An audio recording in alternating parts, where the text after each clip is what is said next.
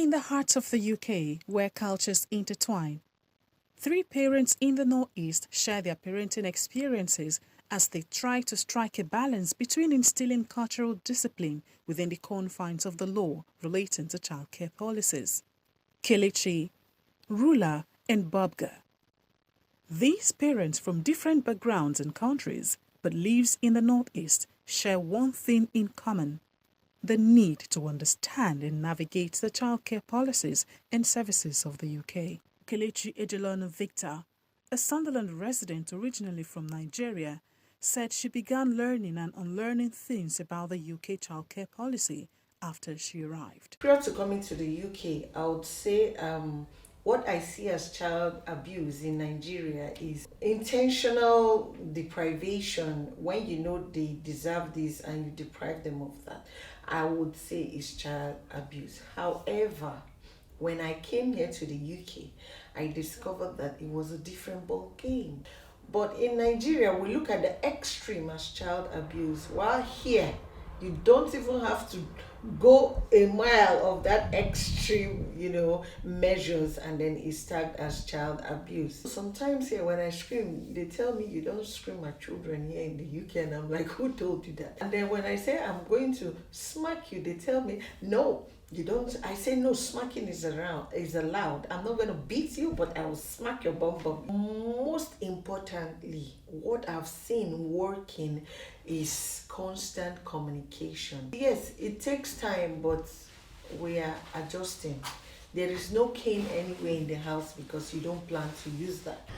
When you hit a child, you break his trust, you break his self-worth, you break his, I don't know what you call it, self-identity. He doesn't see himself as strong anymore, because it's not only just hitting him. It's you break a lot of things. It's way beyond the physical and way beyond what you see. Or the parent who's supposed to be the only person he trusts in the world actually hurts him. How do you expect him to take hurt from others? I think child abuse in different parts of the world is interpreted differently in a way. My mom is Greek, my father is from Jordan. I think child abuse to each of them is understood differently. How we were disciplined is, for example, timeouts. We were spanked on the bum sometimes, and that's if we did really bad stuff. I don't like the term child abuse because I think child abuse goes towards traumatic experience more than anything else. I took more of a course that my mom used to use with us, which is talk about it. And I think that's the corrective attitude my mother had with us, and that's what I'm using with my daughter. But I don't believe in hitting a child as a solution, because it's not only the physical let's say harm that goes to a child, it's way beyond the physical. This French dad, Benoit Boca, who lives in Durham, said raising a child can be daunting yet fulfilling, especially when cultural backgrounds come into play.